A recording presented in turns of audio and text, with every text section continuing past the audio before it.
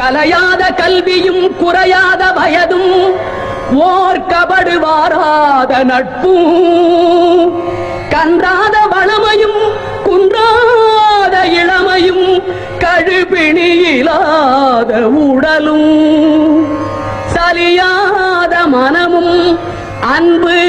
அகலாத மனைவியும் தவறாத சந்தானமும் தாழாத கீர்த்தியும் மாறாத வார்த்தையும் தடைகள் வாராத கொடையும்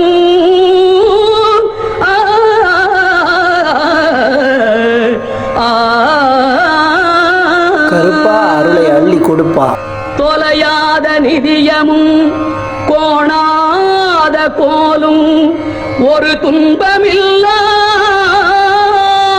வாழ்வும் துய்யனின் பாதத்தில் அன்பும்